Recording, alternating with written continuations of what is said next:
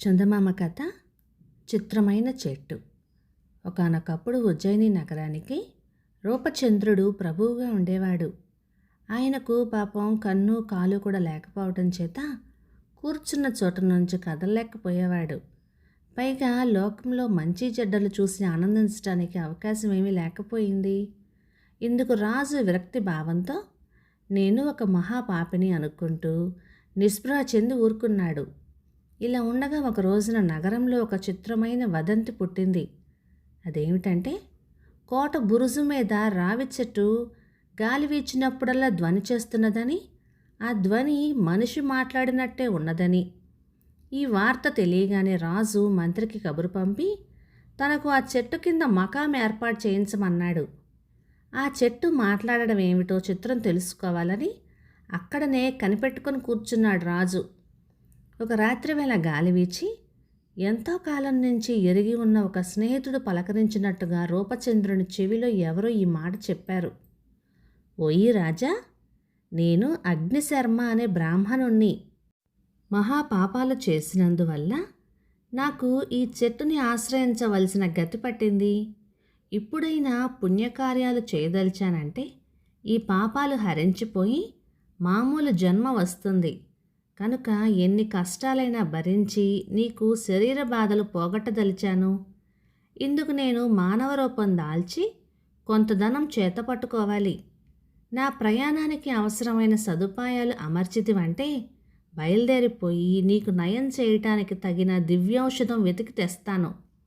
నా మాటల మీద నీకు నమ్మకం ఉంటే ధనం తెప్పించి ఈ చెట్టు త్వరలో పెట్టించు అని అన్నాడు. ఈ మాటలు వినగానే రూపచంద్రుడు, నిజంగా నా బాధలు పోగొట్టగలవాడికి ధనమే కాదు రాజ్యమంతా కూడా ఇచ్చివేద్దును అని మనస్సులో అనుకుని కొల్లలుగా ధనం తెప్పించి ఆ చెట్టు త్వరలో పెట్టించాడు. అప్పటి నుంచి రాజుకి ఆ చెట్టు ధ్వని చేయటం వినపడలేదు. దీనికి కారణం చెట్టు త్వరలోని ధనం తీసుకొని అగ్నిశర్మ బయలుదేరాడన్నమాట. అతను పోయి ఒక ఊరు ప్రవేశించేసరికి ఒక చోట స్త్రీ గలేబరం చుట్టూ అనేక మంది గుమిగూడి ఉన్నారు. అక్కడనే ఒక అందమైన యువకుణ్ణి అలంకరిస్తూ మరికొంతమంది కూడి ఉన్నారు. ఈ హడావిడి అంతా ఏమిటి అంటూ అగ్నిశర్మ అక్కడి పెద్దలను అడిగేసరికి వాళ్ళు, అయ్యా, ఆ చనిపోయిన స్త్రీ ఈ యువకుని భార్య. భార్య పోతే భర్త ఆమెతో పాటు సహగమనం చెయ్యాలి. ఇది మా దేశాచారం. అందుకనే అతన్ని ముస్తాబు చేస్తున్నాము అన్నారు. వాళ్ళ మాటలకు శర్మ ఉగ్రుడై, ఏడ్చినట్టే ఉంది మీ ఆచారము మీరును. దీనిని ఏ శాస్త్రము ఒప్పదు.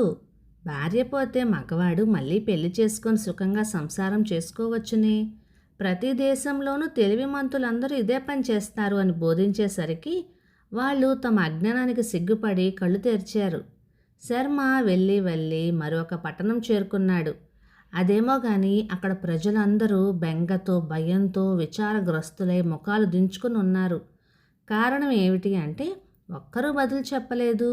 చివరకు శర్మ ఒక వృద్ధుణ్ణి పట్టు విడవక అడిగేసరికి, అబ్బాయి, 10 రోజులాయే భయంకరమైన వింత జంతువు ఒకటొచ్చి గ్రామస్తులను కబలించిపోతున్నది. దానికి 8 కాళ్ళు, 8 చేతులు, ఏనుగు తలంత పెద్ద తలకాయ, తలపైన 2 వాడి కొమ్ములు, ఒక్కటే కన్ను, అది కూడా నుదుటి మధ్యలో ఉంటుంది. ఈ జంతువు నోరు తెరిచి మంటలు కక్కుతుంది అని అతను చెప్తూ ఉన్నంతలోనే బుసలు కొడుతూ పెద్ద ఝూంకారం వినపడేటప్పటికీ ఎక్కడి వాళ్ళు అక్కడికే పారిపోజొచ్చారు. వెంటనే అగ్నిశర్మ, ఓయి అబ్బాయిలు, ఆగండి, చప్పున పోయి ఒక నిలువుటద్దం సంపాదించుకురండి అని అన్నాడు. అలానే వారు ఎక్కడి నుంచో ఒక పెద్ద అద్దం తీసుకురాగా దానిని ఆ జంతువు వచ్చే దారిలో ఒక రాతికి గట్టిగా అమర్చి బిగించారు. మరి కొంచెం సేపటికల్లా రయ్యమంటూ ఆ వింత జంతువు వచ్చేసి కొంతమందిని చంపివేసింది. తిరిగి పోబోతూ ఉండగా దానికి అద్దం కనపడింది. తన వంటిదే మరి ఒక జంతువు తనకు పోటీగా వచ్చిందనుకొని అద్దంలో కనపడే తన ప్రతిబింబం మీదకి ఎగబడింది. దెబ్బతో అద్దం పిప్పైపోయింది. అయినా ఆ జంతువు ఆవేశంతో అలా అద్దాన్ని ఢీకొడుతూనే ఉండేటప్పటికీ గాజు పెంకులుండే దాని ఒంటి నిండా గుచ్చుకొని నెత్తురు మండలమైంది. ఆ అదనులో గ్రామస్తులు దాన్ని పొడిచి ఎలా అయితేనేం ఆ దుష్ట జంతువుని హతమార్చారు. ఈ విధంగా అగ్నిశర్మ ధర్మమాని ఆ నగరం మొత్తానికే గొప్ప అరిష్టం తప్పించుకుంది.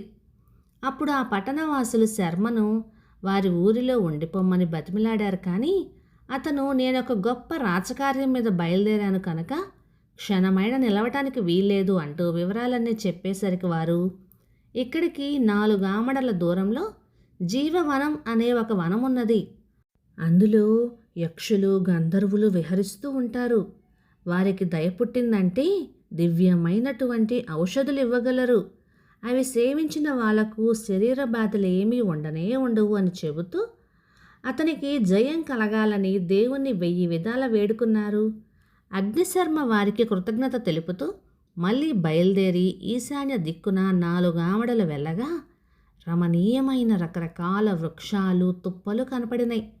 అక్కడ దారి కనపడక తుప్పలు ఛేదించుకొని దారి చేసుకొని పోవలసి వచ్చింది. ఆ అరణ్యం పోను దట్టమైన పులులు, తోడేళ్ళు, ఎలుగులు మొదలైన వన్యమృగాలు ఎదురుపడినాయి. వేల కొద్దీ లక్షల కొద్దీ తేళ్ళు, పాములు అడుగడుక్కి అడ్డు తగలజొచ్చినాయి. వీటి వేటికి లెక్క చేయక అగ్నిశర్మ సాహసంతో ముందుకు సాగిపోయాడు. కొంత దూరంలో అతి ఆకర్షణీయమైనటువంటి ఒక ఉద్యానవనం కనిపించింది. అందులో నుంచి పువ్వులన్నీ హాయిగొలిపే సుగంధాలను విరజిమ్ముతున్నాయి. అగ్నిశర్మ ఆ సౌందర్యానికి తన్మయుడై అలానే కూర్చుండిపోయాడు. ఇంతలో చీకటి పడింది. చీకటి పడిన కొద్దీ ఆ అరణ్యము, ఉద్యానవనము వింత కాంతులతో మెరిసిపోసాగినాయి. ఆ చెట్ల ఆకులలోనూ పువ్వులలోనూ ఏదో అపూర్వమైన శక్తి ఉన్నట్లుగా శర్మ గ్రహించాడు. ఎందువల్లనంటే ఆ గాలి తగలగానే అతనికి మార్గాయాసం తేరిపోయి జవము జీవము పూరించింది. పైగా అక్కడ ఎంతసేపున్నా ఆకలి దప్పుల బాధ లేకపోయింది.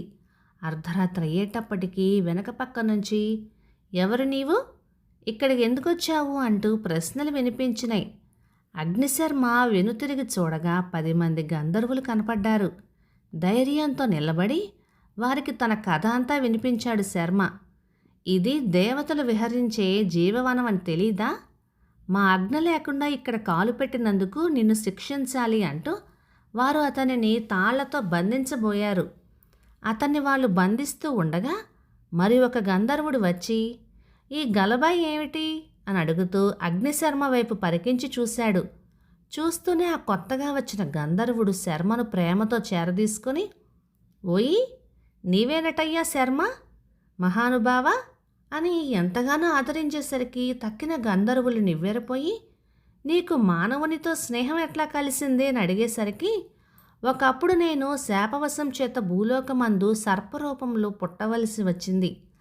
ఆ రూపంలో నన్ను ఒక శత్రువు చంపబోగా ఆ దారిన వస్తూ ఉన్న ఈ శర్మ నన్ను శత్రుబారి నుండి రక్షించి పుణ్యం కట్టుకున్నాడు. ఇతని ఉపకారం వల్లనే నాకు శాప విముక్తి కలిగింది అని చెప్పగా వారందరూ అగ్నిశర్మకు బ్రహ్మరథం పట్టారు. శర్మ తను వచ్చిన పని చెప్పగానే ఆ గంధర్వుడు అగ్నిశర్మను ప్రేమతో ఆదరించి ఆకులతో తయారు చేసిన ఒక దొప్ప తెచ్చి ఇచ్చి తెల్లవారగట్ట పువ్వుల మీద నుంచి రాలే మంచు బిందువులను పోగు చేయమన్నాడు. శర్మ అలానే చేసి మంచు బొట్లు తీసుకురాగా, శర్మ, ఈ జీవవనంలోని మంచు బొట్లు మంచి మనస్సు గలవారు ఎవరు సేవించినా సమస్తమైన శరీర బాధలు క్షణంలో నయమైపోతాయి. ఎవరికైనా పనిచేస్తాయి కానీ కృతజ్ఞులకు, మాట తప్పిన వారికి మాత్రం పనిచేయవు సుమా అన్నాడు. సంతోషంతో శర్మ ఉజ్జయినికి చేరుకొని రూపచంద్రునికి కొన్ని మంచు బొట్లు ఇచ్చాడు. వాటి మహిమ వల్ల తక్షణమే రాజుకి కన్ను కాలు వచ్చి మళ్ళీ జన్మ ఎత్తినట్లుగా సంతోషించి హాయిగా ఉన్నాడు. అప్పుడు శర్మ, రాజా, నా బహుమతి మాట ఏమిటి అనేసరికి రూపచంద్రుడు ఏమి ఎరగని వానిలాగా దిక్కులు చూడనారంభించాడు. అప్పుడు అగ్నిశర్మ, ఓయ్ రాజా, ధనమే కాదు రాజ్యమంతా ఇచ్చివేద్దును అని నీవు మనస్సులో అనుకోలేదా? మనసులో మాట కనిపెట్టగలవాళ్ళు లేరనుకున్నావు కాబోలు. ఏమైతేనేమి, నీకోసం అనేక కష్టాలు పడి ఈ మంచు బిందువులు తెచ్చి నిన్ను బాగు చేశాను. కానీ బాగుపడే యోగ్యత నీలో లేనప్పుడు నేనేం చేసేది? ఇంతటితో నాకు శాప విముక్తి అయిపోయింది. నేను వెళ్ళిపోతున్నాను అన్నాడు. మాట తప్పినందువల్ల రాజు మళ్ళీ యథాస్థితికి వచ్చేసి ఎప్పటిలాగా బాధపడజొచ్చాడు. శర్మ వెళ్ళిపోయినప్పటి నుంచి కోట బురుజు మీద ఉండే రావి చెట్టు మళ్ళీ ఎన్నడూ మాట్లాడినట్టు మాత్రం ప్రజలు చెప్పుకోలేదు. కథ సమాప్తం. ఇక ఈ కథ 1950 సెప్టెంబర్ నెల చందమామలో వచ్చింది. రచన ఆనిపల్ల కామేశ్వరి గారు, బందర్ నుంచి. ఇక ఈ కథ మీకు నచ్చినట్లయితే లైక్ చేయండి, షేర్ చేయండి. ఇలాంటి మంచి తెలుగు కథల కోసం మన ఛానల్ని సబ్స్క్రైబ్ చేయండి. Thank you.